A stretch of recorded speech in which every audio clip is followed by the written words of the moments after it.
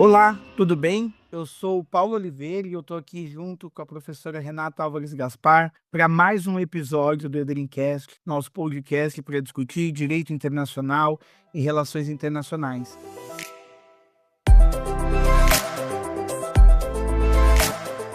Esse é o primeiro episódio de uma temporada na qual nós vamos conversar com professores, professoras, consultores, consultoras e gente que faz o direito internacional e as relações internacionais na atualidade. E nada melhor para a gente começar do que discutir as possibilidades de carreira para os juros internacionalistas. Como o direito internacional e como as relações internacionais podem se tornar carreira na prática, como trabalhar com essas áreas no cotidiano. E para isso, a gente recebe um convidado mais que especial, professor Rafael Carvalho de Vasconcelos, que é professor titular de Direito Internacional Público da Faculdade de Direito da Universidade do Estado do Rio de Janeiro, UERJ, mestrado e doutorado em Direito pela Universidade do Estado do Rio de Janeiro, mestrado e doutorado em Direito Internacional pela Universidade de São Paulo, autor de livros, artigos e capítulos jurídicos sobre as mais diversas áreas do direito internacional, coordenador do NEPED e advogado e consultor jurídico. E para a gente iniciar esse bate-papo, que eu estou mais do que animado aí para ouvir sobre essas possibilidades, eu passo a palavra para minha colega aqui no comando do Edrincast, a professora Renata Álvares Gaspar. Obrigada, Paulo. Rafael, é uma alegria estar aqui com você, inaugurando esse espaço que a gente pretende que seja um espaço para que as pessoas escutem coisas importantes do direito internacional que elas não escutam nas salas de aula. A gente sabe que o tempo da sala de aula é um tempo curto, a gente sabe que nas nossas áreas de atuação a gente tem muito mais a falar do que o tempo que nos é concedido no espaço curricular. Então a gente pensou que esse espaço, ele quer servir para isso, né? Não só o Edrincast, mas a própria escola. Então a escola ela tem essa finalidade, trazer para o debate, para a discussão, para a formação, temas que de alguma forma são escanteados durante o processo de formação regular, não porque os professores que ali estão não pudessem falar, mas é porque os professores que ali estão não têm tempo suficiente para dar a atenção devida que se espera, né. E para a gente começar, eu gostaria de já iniciar perguntando para você o que pode fazer, em que área pode trabalhar alguém que gosta do direito internacional? Bom, é um prazer estar aqui. Eu quero parabenizar Renata, Paulo, pela iniciativa. Eu acho que vocês estão realmente avançando num modelo de aproximação do direito internacional com o público em geral, com os interessados da academia, os interessados profissionais, de uma forma que havia uma demanda reprimida e vocês estão conseguindo atender e preencher essa demanda reprimida mesmo. Eu acho que essa é a palavra. E é um prazer estar aqui. Eu acho que esse espaço, né, de esse formato de podcast é um formato também muito interessante, porque as pessoas elas se sentem inclusive mais acolhidas. Essa é um pouco a minha impressão, acolhida pelos temas que são debatidos em podcast, mais até do que em um debate em uma palestra ou algo assim. Parece que a pessoa está sussurrando no ouvido dela, e isso é sempre muito mais tocante, muitas vezes, do que uma conversa ou uma palestra. Essa questão das carreiras jurídicas, eu acho que a gente precisa, antes da gente avançar e pensar quais são as possibilidades e quais são as escolhas, né, que o profissional do direito ele tem que fazer para trabalhar com o direito internacional, a gente tem que trabalhar um pouco com os preconceitos que existem em relação ao direito internacional. Acho que esse pode ser o nosso ponto de partida. E o primeiro deles é a ideia do elitismo, né. O direito internacional, ele é muito vinculado a algo que para muitas vezes para estudante de direito ali do primeiro, segundo, terceiro período, ou mesmo assim um formando, assim, a pessoa que está na graduação do direito, mas isso acontece até com pessoas que já têm carreiras consolidadas no direito. Como é visto muitas vezes como algo que fica dentro de uma redoma, as pessoas elas imaginam que a gente, frequenta, não é, palácios, nos quais se discutem os rumos da humanidade formalidade, não é? E que são pessoas sempre muito elegantes, muito refinadas e que estão tratando, né, de assuntos que são assuntos, assim, que às vezes são assuntos misteriosos, né? Nós somos, assim, um grupo de pessoas que muitas vezes são vistas pelos outros profissionais do direito como pessoas que trabalham com, temas misteriosos, temas que não são nem compreensíveis, digamos assim, para o público em geral. E a pessoa que trabalha no dia a dia com penal, com civil, ela realmente pensa que Mercosul, União Europeia, OTAN, Organização das Nações Unidas, Unesco, né? E não.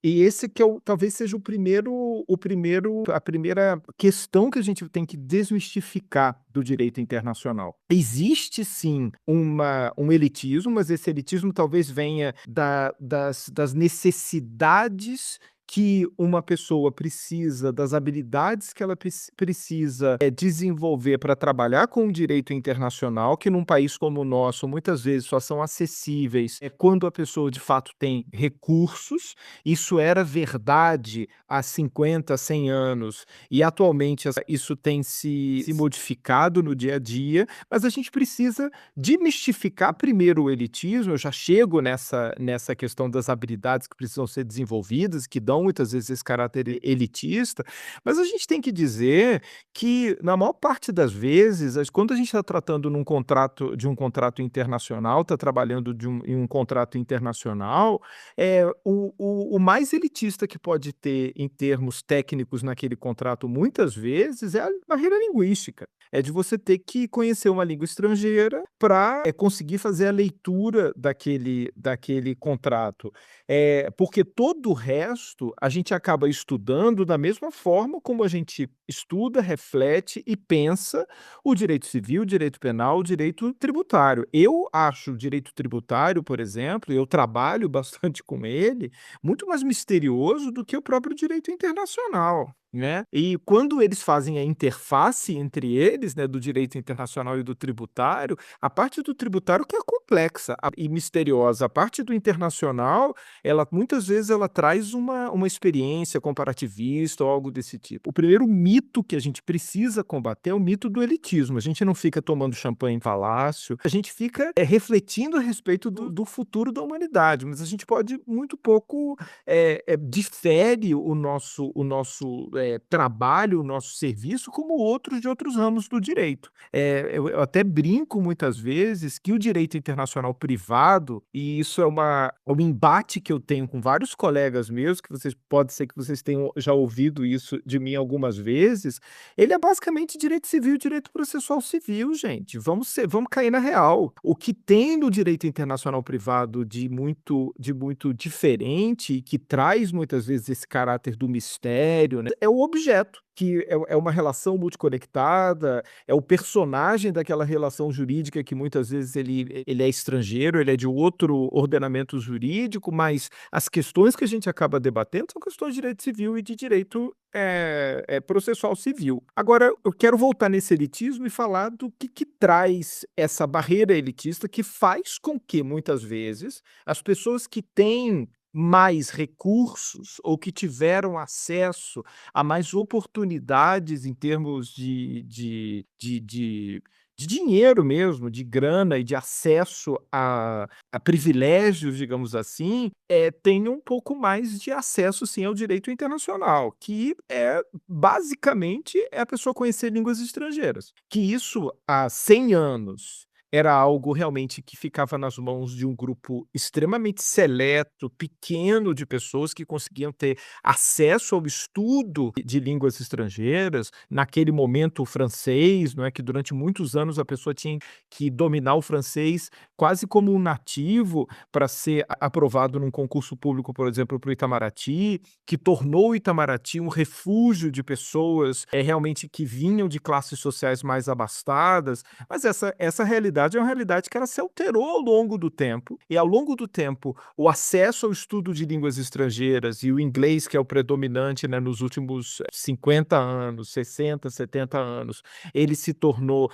um pouco mais fácil esse acesso ao estudo do inglês, e hoje na nossa realidade atual, talvez para a nossa geração, Renata, e talvez para a geração do Paulo, eu tenho a impressão que o Paulo é de uma geração um pouco Ele é posterior mais novo. à nossa, né, Renata? Pois é, talvez a nossa geração ela ainda fosse um privilégio ou algo elitista ou algo muito que trouxesse esse caráter, não é, de privilégio, o estudo de línguas estrangeiras e viagens ao exterior. Eu ainda acho que atualmente viagem ao exterior ainda é algo de um privilégio, mas o estudo da língua estrangeira não. A gente tem aí várias ferramentas que são ferramentas ou tecnológicas, da pessoa ter acesso a aplicativos e ao próprio YouTube para estudar a língua estrangeira, ou mesmo acesso nas universidades, e nas universidades públicas isso é algo muito corriqueiro, de cursos que são oferecidos gratuitamente para que a pessoa possa ter acesso ao estudo de língua estrangeira. Então essa questão de, eu sou uma pessoa que venho de uma família que não era privilegiada, que não tinha muitos recursos e por isso que eu não estudei, não estudo línguas estrangeiras, isso está caindo por terra na atualidade. Eu me lembro que na década de 90, quando eu estudei línguas estrangeiras, eu tinha que alugar um filme no VHS, colocar no videocassete, então eu já tinha aí um privilégio de ter um videocassete em casa, né? Isso era algo bastante especial. E eu colocava uma fita de papel que eu cortava embaixo assim da televisão para tapar a legenda, para me acostumar a assistir o filme sem legenda para conseguir ter uma expertise de listening mesmo, né, da língua estrangeira. E isso, ou seja, eu precisava não apenas ter o acesso ao recurso material daquele videocassete, mas eu precisava também ser uma pessoa bastante criativa, não é? Para tapar a legenda, para me forçar a aprender e a desenvolver aquela habilidade com a língua estrangeira. Hoje, qualquer pessoa com o seu celular, não precisa ser um celular de altíssima tecnologia, ela pode entrar no YouTube, pode assistir a um debate, a um filme, a uma entrevista, ou seja, o que for, em língua estrangeira, na língua que ela estiver estudando, e ela pode desabilitar a legenda.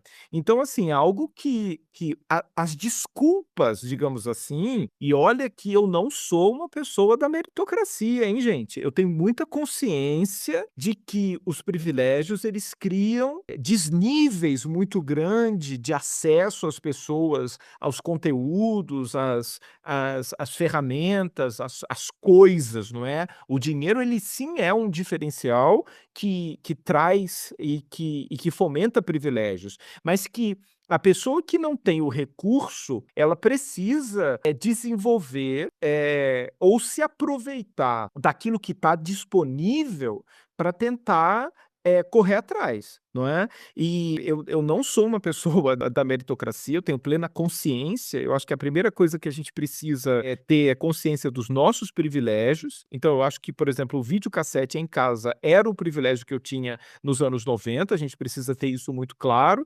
Ter podido estudar línguas estrangeiras na adolescência era um privilégio. Só que hoje isso muda de perfil, muda de característica e existem outras ferramentas e outras questões que alteraram um pouco essa realidade e que fazem com que aquela pessoa que olha para o direito internacional como algo muito elitista possa, digamos assim, furar essa bolha e ingressar nesse ambiente. Sobre a questão das carreiras, eu não sei se vocês querem me interromper, porque se deixar aqui eu vou falando, né? Professor, nesse ponto, eu queria, quando a gente fala de privilégio, dificuldade ao acesso, queria trazer um questionamento que eu acho que pode até auxiliar aí o direcionamento da resposta sobre as carreiras. Se antes a gente pensava numa escassez de material, numa dificuldade de acesso, hoje uma outra qualidade que me parece aí muito necessária. Se antes era necessário transpor a dificuldade para encontrar, hoje a necessidade de saber filtrar, de saber fazer uma leitura daquilo que é adequado e uma leitura do mundo, uma leitura de adequação, principalmente porque hoje aquilo que acontece no cenário internacional também é objeto de um diálogo de convencimento que muitas vezes foge à ciência. E como que dentro dessas carreiras e pensando nessa hiperexposição a conteúdos, essa qualidade pode ser desenvolvida. Talvez se antes a gente tinha que tampar a legenda, hoje a gente tem que desnudar as legendas. E como o senhor, que vem de uma perspectiva aí de um direito internacional bem crítico, pode dividir com os nossos ouvintes e com as nossas ouvintes alguns conselhos sobre isso? Eu acho que a palavra é foco. Eu, inclusive, estava aqui, eu tinha colocado aqui enquanto a gente falava, estava ali falando das línguas e falando sobre o elitismo. Eu acho que a chave é chave para, eu acho que acredito que para o direito em geral. A pessoa não ser uma pessoa perdida, ser uma pessoa que vira e fala assim: ah, eu quero fazer um concurso. Qual concurso você quer fazer? Qualquer um. Esse é o primeiro passo para falhar. Ah, eu quero estudar direito internacional. Mas o que você quer estudar no direito internacional? Ah, eu quero estudar direito internacional. Direito internacional é uma coisa bacana, é uma coisa legal. Mas o direito internacional, ele pode tratar do meio ambiente, ele pode tratar de democracia, ele pode tratar de energia, ele pode tratar. Eu estou fazendo aqui um brainstorming só com os temas que eu trabalho no dia a dia. Ou seja, o primeiro passo é foco. A pessoa ela precisa ter foco. Eu posso falar da minha experiência, as pessoas gostam muito de me vincular ao Mercosul, né. Eu consegui ao longo dos anos tirar essa plaquinha do Mercosul do meu peito, né, porque era uma coisa que eu andava, nos ambientes do direito internacional e a minha impressão era que eu tinha uma placa, assim, no peito escrito Mercosul. Hoje não, eu não estou nem reclamando disso especificamente, mas as pessoas elas só me chamavam para falar de Mercosul, só queriam que eu escrevesse sobre o Mercosul, só era convidado para livro sobre o Mercosul, era algo que era uma associação imediata. E aí as pessoas viram para mim e falaram: "Ah, Rafael, mas você trabalhou no Mercosul durante anos, numa posição, interessante, num órgão que enfrentou várias coisas muito interessantes, inclusive de caráter histórico, enquanto você estava lá, e é meio óbvio as pessoas te vincularem ao Mercosul". Só que o mais interessante dessa história é que pouca gente sabe que 15 anos antes, ou 12, 13 anos, entre 12 e 15 anos antes de eu ir para o Mercosul, eu escrevi um TCC, uma monografia de fim de curso que falava especificamente sobre a possibilidade de existência de um banco central para o Mercosul. Ou seja, eu tive esse foco que eu não estou dizendo, eu cheguei no Mercosul porque eu escrevi uma monografia. Mas eu tive foco ali. Eu falei assim: eu quero trabalhar com direito internacional, eu gosto do direito internacional. Isso eu estava ali no fim da faculdade. Confesso que eu estava um pouco perdido ali entre civil e penal. Eu falava: isso aqui não é muito a minha cara. Olhei para o direito internacional, falei: ali é interessante. Só que não foi uma coisa do tipo, vou estudar direito internacional. Eu falei assim: dentro do direito internacional, o que tem de algo que realmente me atraia, não é? E aí eu realmente pesquisei ali, escrevi sobre a possibilidade de um banco central no Mercosul no TCC, e aí vem a gente volta no elitismo e nas experiências que a gente precisa reconhecer os privilégios, né. Eu terminei a faculdade com aquele TCC na mão, estudando aquilo, e tive a possibilidade, dentro, né, da minha gama de privilégios. Eu me lembro que eu vendi o meu carro na época, eu era professor de alemão. Aí você já vem, assim, que eu estou contando aqui um privilégio atrás de outro. Para você ser professor de alemão com 20 anos, é porque você estudou alemão quando você era novinho, teve a possibilidade de morar na Alemanha. Então, assim, e aí eu lembro que eu comprei. Eu podia ser uma pessoa muito estúpida de virar e falar assim: "Não, porque eu sou tão da meritocracia que eu comprei o meu primeiro carro com o meu dinheiro, papai e mamãe não me deram carro". Mas só que papai e mamãe, minha família, ela construiu todo um contexto de vida para mim quando eu era criança e adolescente, que fez com que quando eu tinha 18 anos, eu pudesse ser professor de alemão, o que é uma coisa, assim, muito, digamos assim, esdrúxula. E não é porque eu era um gênio brilhante, nossa, com 18 anos ele era professor de alemão. Não, é porque eu tive acesso a uma série de privilégios que me fizeram com que, quando eu tivesse 18 anos, eu pudesse fazer isso. Mas não é sobre isso que eu quero falar aqui, porque eu quero falar sobre o foco. E é interessante a pessoa querer falar sobre o foco e se desfocar na resposta, né? Pois é. Mas aí, no fim da faculdade, esse carro, eu me lembro que eu vendi o carro depois de ter escrito esse TCC, e eu disse o seguinte: já que estudei integração regional, eu quero entender com quem nós estamos nos integrando. Quem são essas pessoas que nós estamos nos integrando? Peguei o dinheiro do carro e fui passar 6 meses morando em Buenos Aires.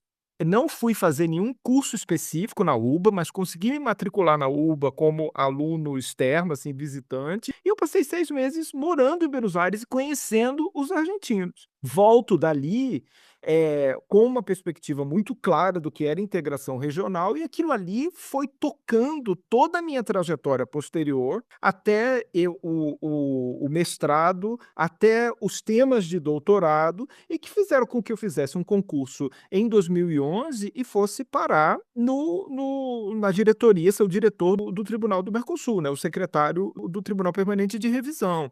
Então, assim, as pessoas olham e falam assim: pode ter sido sorte, pode ter sido privilégio. Concordo com todos esses fatores. A vida, ela é feita de a gente. Eu acho que ao invés da gente lamentar a nossa falta de privilégios, a gente tem que detectar quais são os nossos privilégios e instrumentalizar esses privilégios para que a gente possa ter um bom proveito e um bom resultado.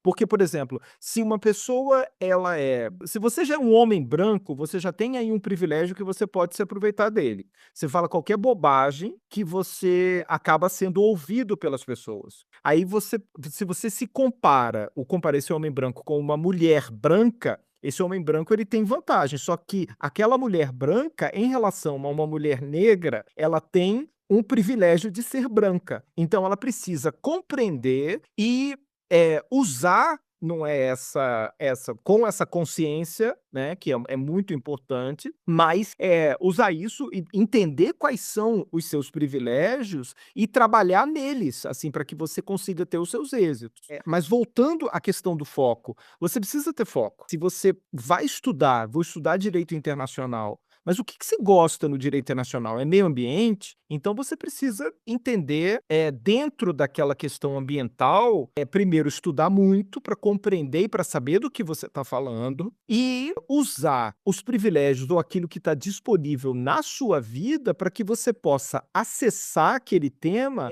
para que você se torne reconhecido pelas outras pessoas como uma pessoa que conhece aquele tema específico.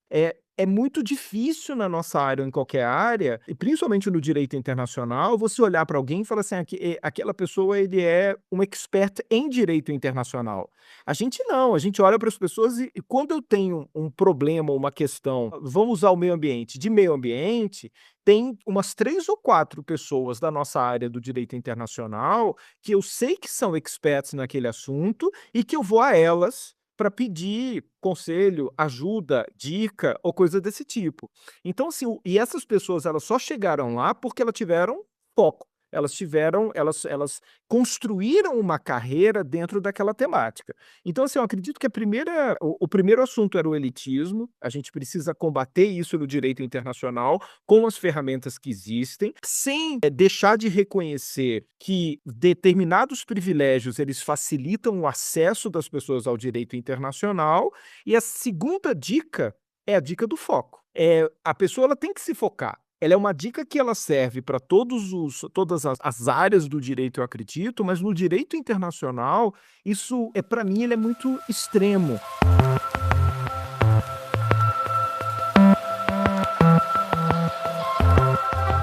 Deixa eu aproveitar essa sua fala sobre o foco, porque eu acho que a gente está construindo, na verdade, a resposta de onde trabalhar, né? Então, aproveitando essa sua excelente exposição, como sempre, sobre essas características, em especial sobre o foco, eu concordo com você. Hoje em dia, o cenário é muito diferente do que aquele, né, em que, na década de 90, no comecinho, eu estava saindo da faculdade, a gente nem sabia. Primeiro que a gente nem sabia o que era o direito internacional, porque não havia tantos professores de direito internacional na graduação ou disponíveis para falar qualquer coisa para a gente sobre esse mundo, a não ser o conteúdo programático. E aí a gente sabe que qualquer professor preparava as aulas para explicar aquele conteúdo, né? Hoje em dia, daquele tempo a hoje, mudou muita coisa, né? Então, as pessoas têm acesso a professores de direito internacional que têm tido experiências no âmbito do direito internacional,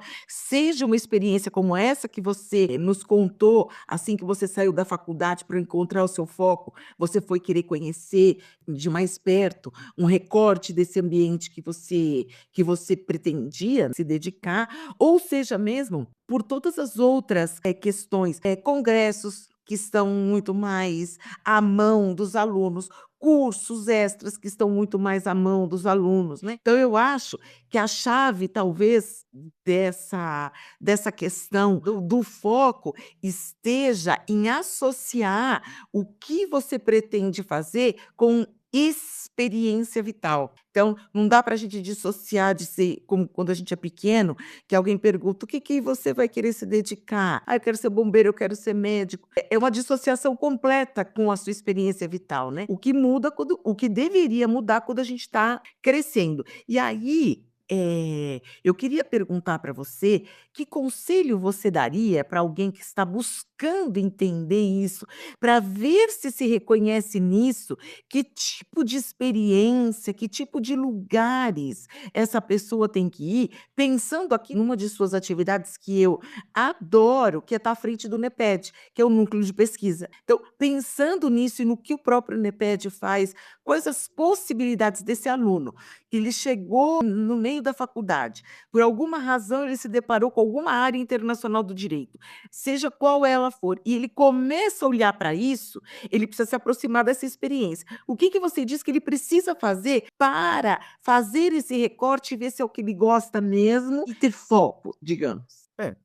É um pouco do que eu disse gente, eu tô me sentindo meio coach, né, eu já disse aqui que não que falei um pouco, fiz um discurso quase meritocrático. Se eu fosse coach mesmo, eu ia ter que usar o termo, como é que eles falam? Pensar fora da caixa, né, sair do seu Não, lugar pelo amor de comum, Deus. da sua zona de conforto. Mas agora, falando sério e respondendo isso de uma forma, assim, muito séria, a pessoa, ela não adianta ela ficar sentada, se lamentando, dizendo que é uma pessoa que não tem acesso e não tem recursos e não tem os privilégios suficientes para se especializar em uma área X do direito internacional. Hoje em dia, eu acho que essa desculpa, ela é uma desculpa que ela cai bastante por terra. Por exemplo, já que você citou a experiência do NEPED, nós no NEPED eu tenho mais de 150 pesquisadores todo ano vinculados a mim, né? Uma estrutura que eu já perdi, eu brinco que eu perdi totalmente o controle da estrutura do NEPED, porque você não controla 150 pessoas, e 150 pessoas que vocês sabem que a gente produz e produz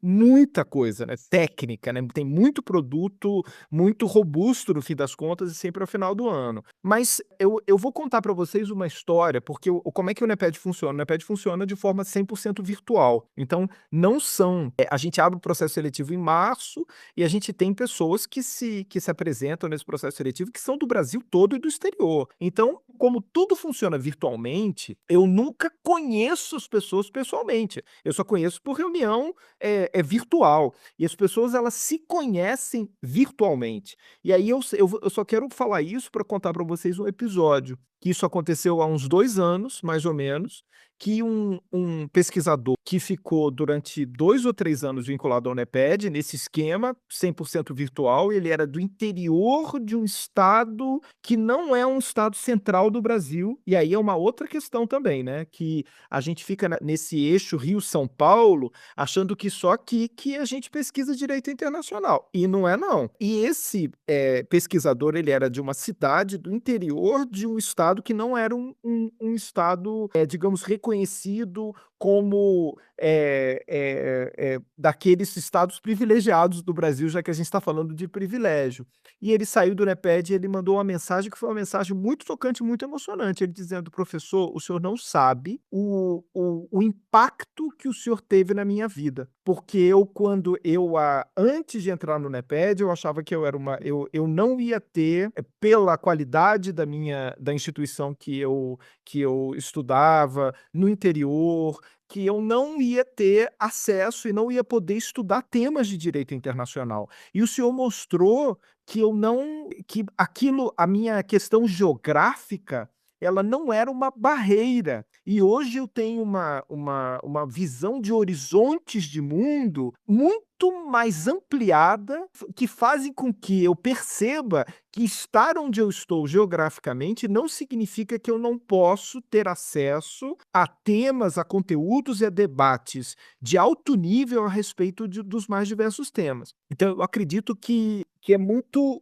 isso mesmo. A pessoa, ela não pode se conformar. O que adianta você ficar sentado se lamentando que você, eu tô aqui na minha universidade, que é uma universidade que não é muito reconhecida desconhecida, nesse lugar aqui geograficamente que não é muito reconhecido como um grande centro de pesquisa, então eu não vou poder estudar determinados temas. Não, você tem que tirar essa sua, deixar de se sentar e se lamentar e correr atrás, porque igual a Uneped tem também várias iniciativas, inclusive os cursos que vocês estão oferecendo, vocês oferecem eles online também? Como é que Tudo online. A história é toda online também. Pois é. Então, assim, toda essa dinâmica, acho que na atualidade essas barreiras elas não existem. Agora eu queria voltar um pouquinho naquela questão do foco, porque tem algo sobre esse foco que me chama muita atenção. É algo muito óbvio dentro do nosso próprio, do nosso próprio contexto de estudo de direito internacional. O primeiro foco,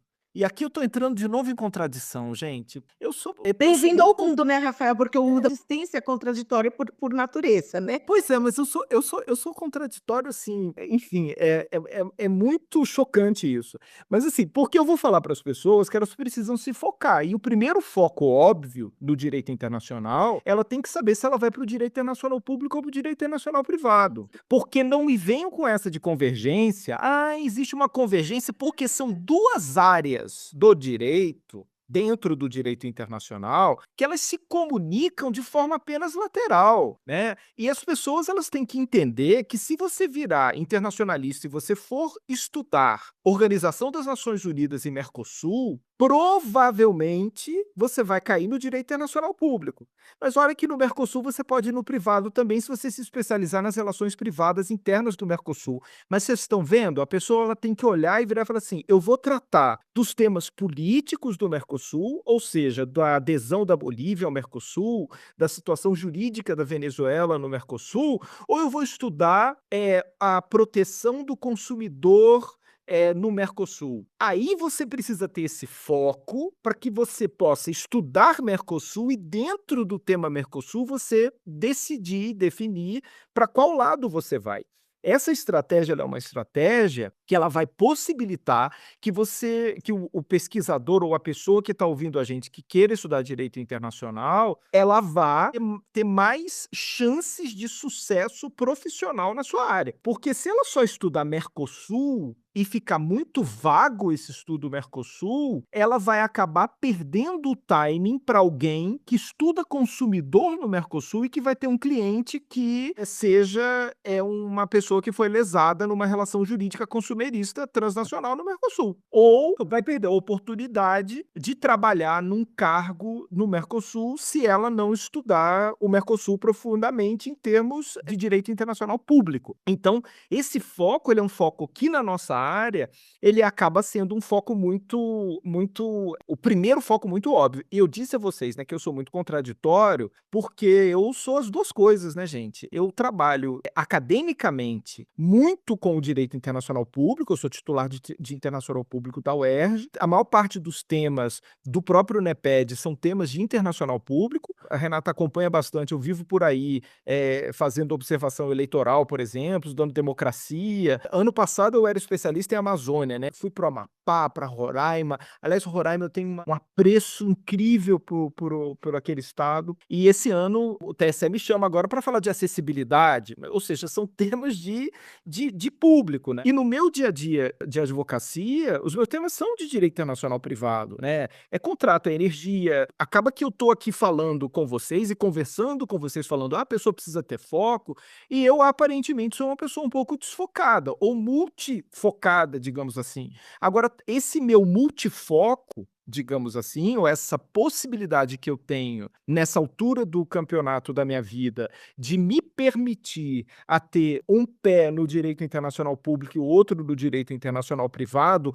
com muita consciência, isso veio depois de 20 anos de trajetória, né? Então é uma coisa que não é que eu tenha perdido o meu foco, é que eu tive muitos focos na minha vida e agora, né, depois de um determinado momento, esses focos eles são focos que me trazem uma bagagem para que eu possa falar a respeito de diversos assuntos, mas foi um foco por vez. Então a pessoa ela precisa fazer essas escolhas. E tem um outro ponto que eu acho que ele é o ponto que fecha esse nosso ciclo, né, a respeito das carreiras. Talvez a pessoa que nos ouça aqui, ela fala assim: "Ah, mas eles não falaram nada de carreira", né. Eles não ficaram falando: "Ah, você pode estudar isso ou estudar aquilo, ou fazer esse concurso, ou trabalhar nesse escritório de advocacia".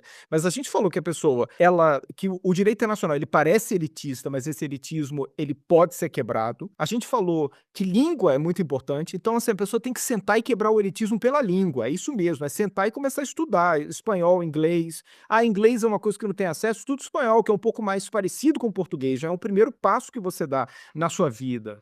O terceiro é o foco. E esse foco é isso mesmo, você tem o foco para que você possa, centralizar num certo na quebra desse elitismo e se tornar expert, né, em determinado tema do direito internacional.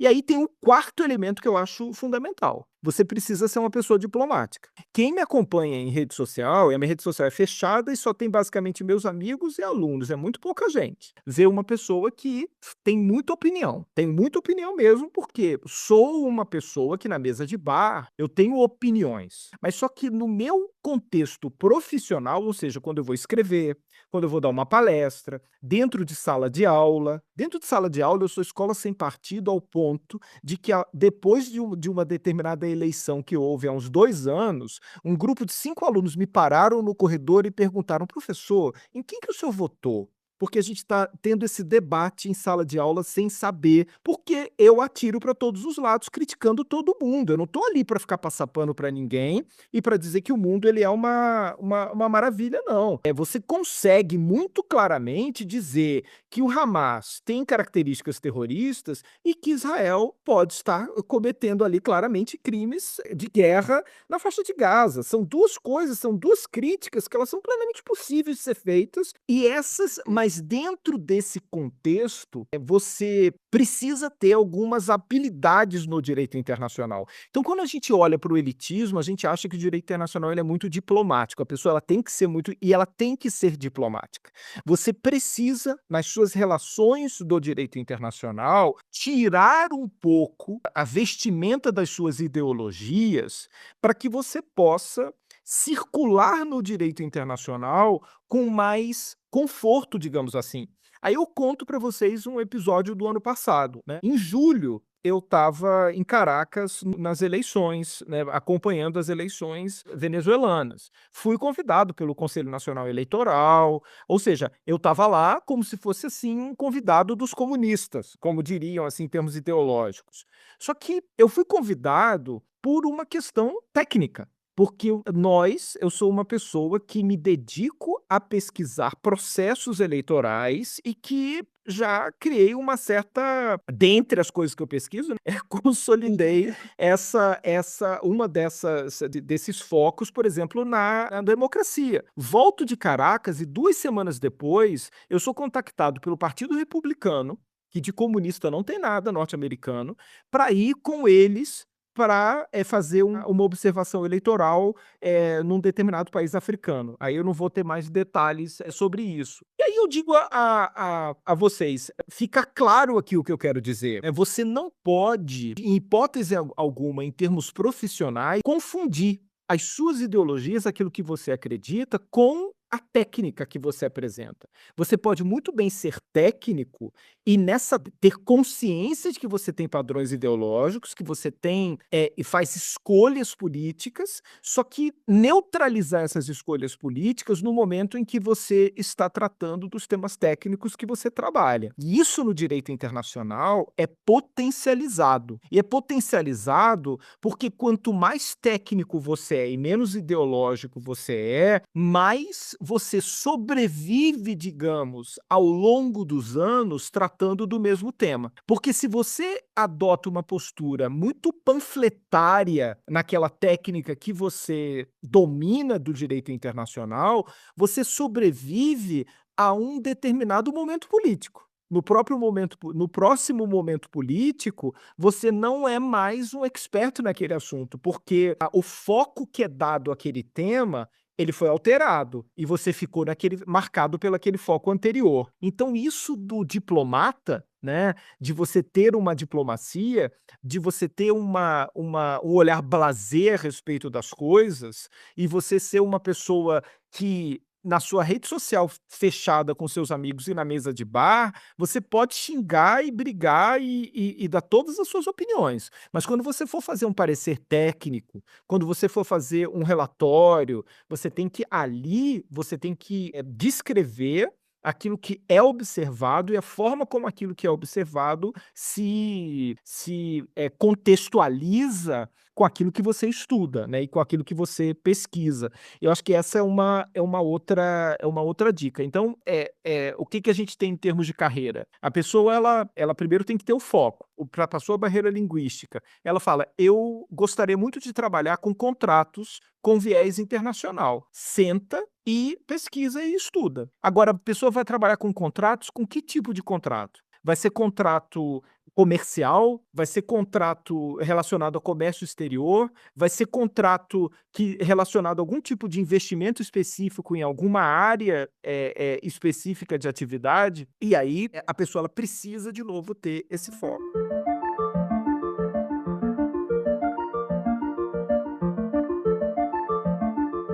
Professor, eu acho que inclusive essa quarta dica aí traz algo que é muito relevante, né, porque a gente vê que muitas vezes as pessoas elas têm uma ideologia, elas têm um lugar tão determinado que elas querem chegar, que elas são capazes de ignorar toda a técnica para chegar naquele lugar, o que se cria aí uma série de dificuldades para manutenção daquilo enquanto uma perspectiva de carreira, porque aquela receita que de algum modo chegou naquele lugar, ela não se mantém, porque ela não teve técnica, é buscar a justificativa. Eu tenho tanta certeza que eu quero chegar lá que eu ignoro toda essa técnica. E aqui no nosso bate-papo a gente dividiu várias dicas, né, para evitar esse desvirtuamento, esse afastamento da técnica, e como hoje a gente consegue conhecer o direito internacional independente de onde a gente esteja. Eu acho que na fala, para mim, foi bem marcante que a gente tem alternativas bem sólidas para superar as barreiras do elitismo, para superar as barreiras da língua. E eu acho que foi interessante a gente falar de carreira como uma perspectiva de identificação, não como determinadas ocupações, né? Que a gente não se dedicou a falar de ocupações, porque talvez isso é encaixar a pessoa numa perspectiva que ela não queira. Acho que foi importante, a gente trouxe carreira também como uma escolha de vida, de identificação. A gente não está falando de um código de ocupações. Olha, você tem as ocupações de A a Z, você tem que se enquadrar em uma delas. Mas eu acho que seria interessante, principalmente pela experiência que o senhor tem, a gente também falar um pouco da barreira geográfica. Hoje é possível trabalhar com direito internacional nos mais diversos Brasis que a gente tem, fora do eixo Rio-São Paulo. A gente acaba tanto com pessoas que estão iniciando agora, como que estão há mais tempo, falar: eu não fiz direito internacional porque eu não morava no Rio, eu não morava em São Paulo, ou eu quero fazer direito internacional, eu estou me mudando. Será que isso é preciso, ou será que tem lugar para essa prática do direito internacional dentro de outras áreas que não nesse eixo? Existe, eu acho que isso é muito mais fácil, né. Eu estudei no interior, não é, eu estudei na Federal de Juiz de Fora, foi a minha graduação. E eu não tive direito internacional, com uma pessoa que era especialista em direito internacional ou reconhecidamente um professor de direito internacional. Eu tive que correr atrás. Eu acredito que naquele momento, os meus privilégios, eles foram fundamentais para que eu conseguisse fazer esse movimento e ter êxito nesse movimento. Agora, em 2025, esse contexto ele é muito mais ampliado. A pessoa ela de fato ela consegue fazer cursos online, ela consegue estudar língua online, ela não tem mais ela consegue, inclusive, gente, trabalhar, desde a sua casa, no interior. Tem pessoas, inclusive, que fazem esse movimento, né. Gente, as pessoas sabem da minha vida, né, eu passo grande parte do meu tempo, em Minas, no interior. Por quê? Porque eu consigo fazer isso. Eu consigo trabalhar grande parte do meu tempo remotamente. E funciona muito bem. E no direito internacional a gente chega em determinado momento que eu não sei quem são os meus clientes, eu não sei quem são essas pessoas. Eu não eu às vezes conversei por telefone com uma pessoa, porque muitas vezes a relação é uma relação tão virtual, de tanta virtualidade, que você só analisa papel. Então, assim, é uma realidade que existe tanto esse panorama da pessoa que está geograficamente deslocada dos grandes centros, ela pode fazer o movimento da aproximação do direito internacional produzido nesses grandes centros, até produzir localmente, e existe o movimento contrário, que é da pessoa que está nesses grandes centros e trabalha com direito internacional, e ela faz o movimento para o interior e trabalha remotamente e consegue desenvolver tanto pesquisa como trabalho de Exercício mesmo. advocacia, exercício, né, profissional, remotamente. E essa questão da questão geográfica, por exemplo, uma pessoa, eu vou dar alguns exemplos que são exemplos assim mais nítidos de que muitas vezes a geografia ela é um ativo da pessoa que quer trabalhar com direito internacional. Porque, por exemplo, uma pessoa que mora em Foz do Iguaçu, ou na região de Foz do Iguaçu, ou uma pessoa que vive nas proximidades do Porto de Paranaguá, ou uma pessoa que vive em Roraima, por causa do fluxo migratório, essas pessoas, elas muitas vezes elas têm mais acesso ao direito internacional na sua prática, né, no seu dia a dia, do que aquelas pessoas que são teóricas e que estão no Rio e em São Paulo. Então, muitas vezes, a gente precisa compreender que, e aqui nesse exemplo que eu dei, são 3 direito internacional distintos, né? A pessoa que está em Roraima, ela pode trabalhar com direito internacional de uma forma muito robusta sobre migração. Aí a gente pode pensar assim, só vai ser migração. Não, pessoal. Ela vai ter muitas vezes que trabalhar com questões relacionadas a comércio exterior, porque existe um fluxo muito forte, muito contundente de produtos brasileiros que são exportados para Venezuela. A pessoa que está no Porto de Paranaguá, ela pode pensar que ela vai trabalhar com comércio exterior, né, porque ela está ali perto do porto. Mas pode ser que ela possa se especializar em questões penais relacionadas, por exemplo, a infrações penais cometidas por marinheiros, por pessoas que estão ali, que têm uma multiconexão. E quando a gente olha ali para Foz do Iguaçu, esse panorama ele fica ainda mais diverso, né? Porque você tem vários fatores. E aí a pessoa ela pode ter acesso a carreiras que são carreiras públicas, você pode ser um fiscal da Receita. Aí acha que o fiscal da Receita ele vai ficar sentado analisando declaração de imposto de renda. Não, ele pode estar lá na fronteira em Foz do Iguaçu, ele pode estar no aeroporto do Galeão ou em Guarulhos, trabalhando diretamente com questões muito contundentes relacionadas a direito internacional. A pessoa pode ser um juiz federal que aí vai ser, se ele tiver na vara de Foz, pode ser que ele tenha, por exemplo, mais contato, né, com esse dia a dia do direito internacional. Então é muito importante a gente ter essa noção de que há 20 anos, há 30 anos, a geografia ela era um grande limitante, e um grande limitante aparente. Isso era verdade para a formação das pessoas nessa área do direito internacional. Isso cai por terra à medida que a gente altera as dinâmicas de ensino e as dinâmicas de acesso por meio de toda essa virtualidade e tecnologia. Só que também a gente tem esse engano de achar que há 30 anos só se produzia e só se trabalhava com direito internacional no Rio e em São Paulo. O que não é verdade. Que em Paranaguá, em Foz do Iguaçu e em Pacaraima, o direito internacional ele já existia. E ele Já era vivido, né? ele já era vivido na prática também, nada mudou nesse sentido.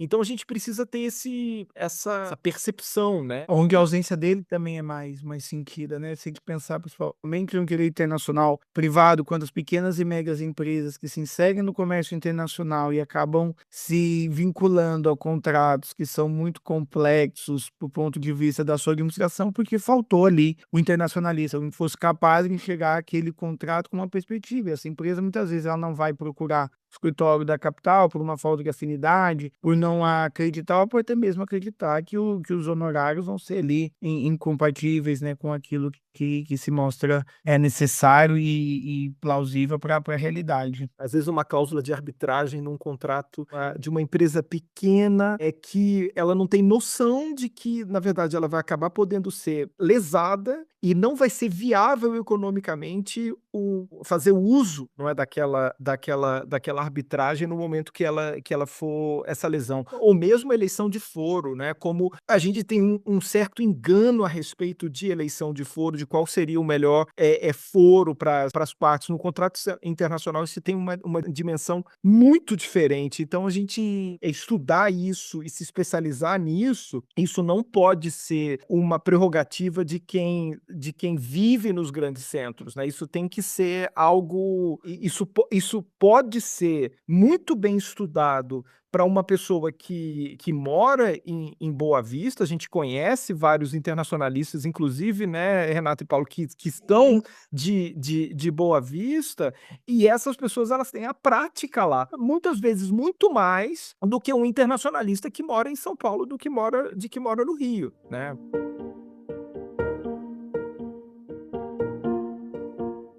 Eu acho, Rafael, que agradecer, porque toda essa sua fala, do princípio até esse momento, já que é apoteótico, né, que infelizmente a gente tem que terminar, porque eu acho que tanto por mim quanto para as nossas e nossos ouvintes, a gente ficaria horas e horas aqui te escutando. O que ficou claro é que realmente, numa aldeia global, nada é impossível, né? É isso que significa viver num mundo globalizado. Para além de outras perspectivas e outros recortes epistemológicos de globalização, a experiência da globalização é essa, né? Tudo tem uma aparência de mais próximo, é mais fluido, com mais informação e com mais acesso, porque o acesso sempre é importante. Eu acho que, quando a gente pensa em exercer a carreira no direito internacional, como qualquer outra carreira que as pessoas venham exercer, o mais importante, eu acho que ficou evidente aqui também na sua fala, é que, com independência de outras questões que também são importantes, não são menos importantes, como a questão ideológica de como a pessoa vive e decidiu viver nesse mundo, é a questão do propósito. Aqui na Edrim, a gente tem um lema que ele saiu de forma natural, que é uma escola de propósito e com propósito, no que significa filosoficamente dizer isso, né? A gente precisa ser de propósito,